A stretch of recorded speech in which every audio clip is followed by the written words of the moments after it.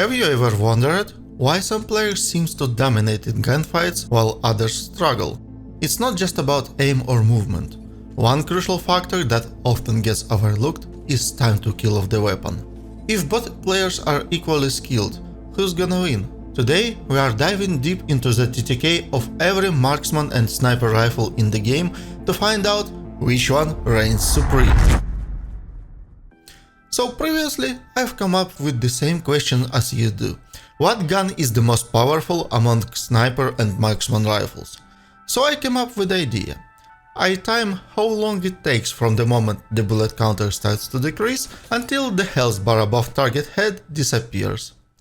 Once we have that time, we can compare the effectiveness of each gun against the others, giving us a clear picture of which gun truly dominates in TTK. Additionally, I'll measure TTK for headshots to see if there are any significant deviation in performance.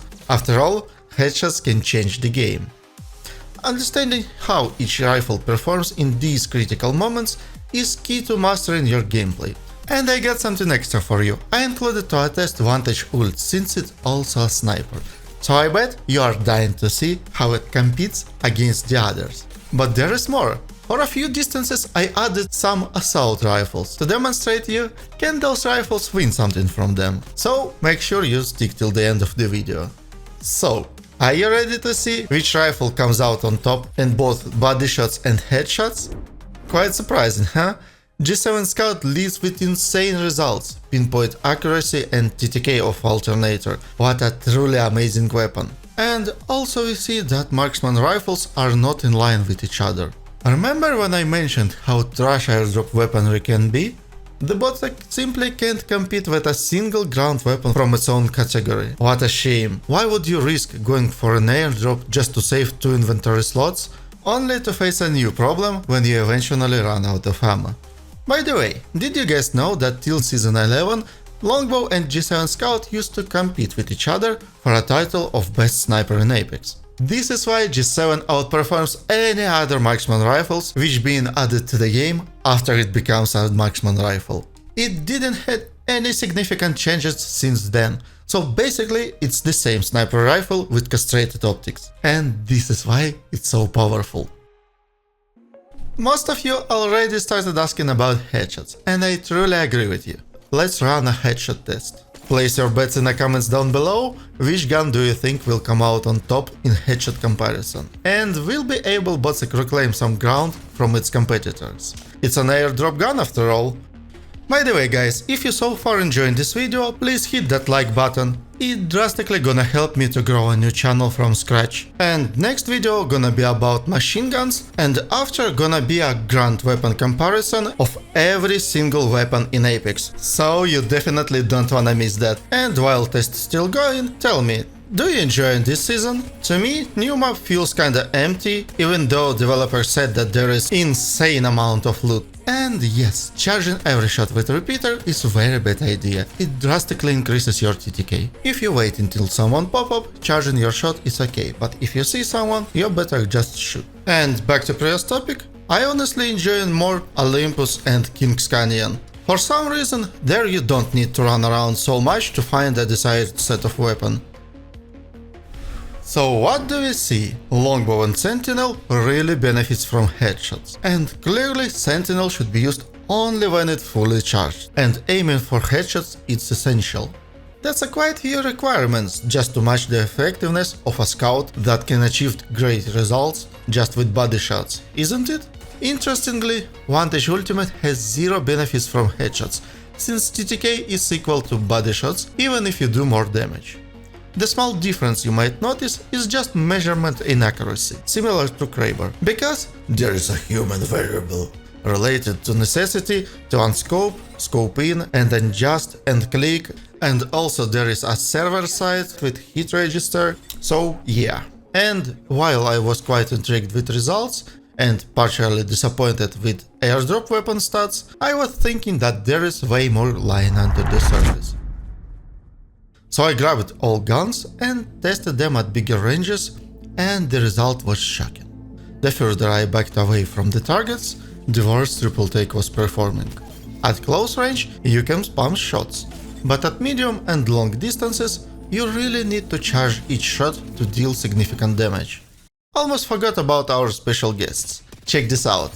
These are results from a 75 meter range, and it's fascinating to see how easily some of these sniper boomsticks can be humbled by assault rifles. And I didn't even try to squeeze the best results from them.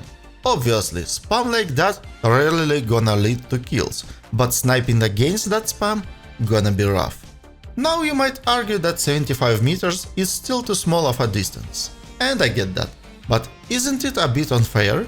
While you need to pinpoint accuracy to hit an enemy's head with each shot, someone with an assault rifle can just spam shots at your direction and tear you apart. To gain an edge, you really need to minimize your hitbox by shooting from the cover or using quick picking techniques for that. At 110 range, I discovered something interesting. Charge rifle finally could kill in 2 shots instead of 3, since the further you are, the more damage it deals. But did that help it to win the first place? You'll find out in just a moment. As you can see, TTK decreased almost by half. But even that isn't enough to make it a favorable sniper rifle, especially if you take into account stupid charging mechanic that really needs a rework. So at least you can hold the charge for a few seconds and shoot by simply releasing the mouse button. But current clunky mechanic feels like you're trying to hammer a nail with a microscope, inefficient and frustrating. And this really impacts your gameplay, making it harder to secure those crucial shots when you need them the most. And if you want to snipe effectively, I recommend you to using G7, longbow and the charged sentinel. Each of these has its own strengths that make them a great choices. You could also consider the 30-30, but personally I'm not a big fan of it because Marksman scopes are not designed for any sniping. There is no built-in rangefinder or useful mill dots for leading your shots. So I prefer sticking to longbow and sentinel. By the way, what are your go-to sniper rifles? Let me know in the comments. And yeah, special guests are back again. Machine guns and burst assault rifles showing amazing results this season.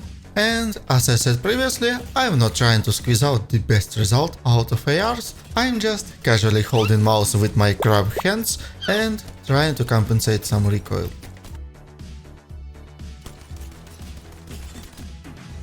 And as you might see, to outsnipe those beasts, you need to get every possible advantage you can. Minimize your hitbox profile, go for headshots, and utilize bigger scope magnification. But overall, sniper rifles are in a miserable state now, because you need to find a spot with about 75 meters of range and almost no cover. Then you need to find an idiot who gonna stay open to your shots for 3 seconds and won't get to any cover in that time and won't be able to dodge a single your shot while he's heading to safety. And you need to hit all your 3 shots with 100% accuracy and few of those supposed to be in a head. Sounds more like a Jaeger quest from Escape from Tarkov, doesn't it? So what do you think? Have you faced similar challenges with sniper rifles? Share your thoughts in the comments. Back to our topic. On top of that, you have a boomstick that becomes completely useless at close to medium range. It gets outperformed by nearly any other gun, and its hipfire accuracy is just awful. This makes it incredibly frustrating when you find yourself in a tight spot. So don't get me wrong, I absolutely love sniping, and I got more than 6,000 kills with sniper rifles. But I feel that sniping in Apex is more of an enthusiastic pursuit than a practical one.